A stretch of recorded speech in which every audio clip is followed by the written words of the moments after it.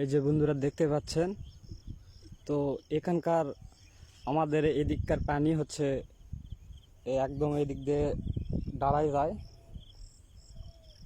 তো যার কারণে কিন্তু হচ্ছে আমাদের এখানে তেমন ক্ষয়ক্ষতি হয় না, মানে কৃষি কাজে। অনেক বড় একটা ডাড়া।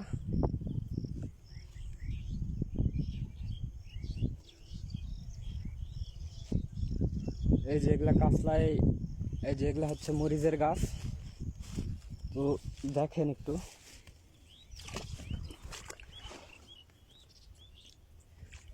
এই যে মরিচের গাছ, পানি জমছে।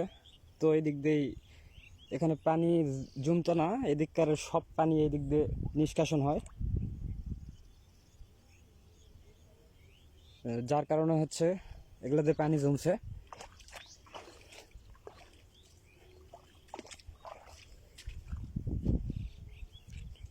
আসলে এগুলা পানি না কমা পর্যন্ত কিন্তু এগুলা গাছ সারবে না, হচ্ছে মারাও যেতে পারে।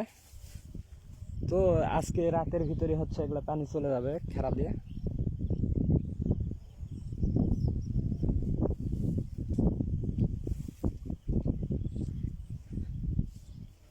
এখানে বিভিন্ন রকমের হচ্ছে আবাদ হয়। এই পাশে ধান, মাঝখানে হচ্ছে কাঁচলা আছে।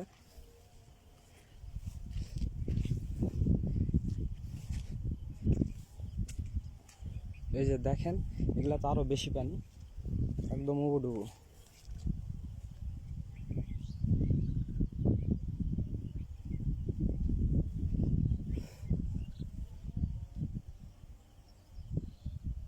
এগুলা হচ্ছে ঢেঁড়সের গাছ, আর হচ্ছে ওই পাশে মরিচ।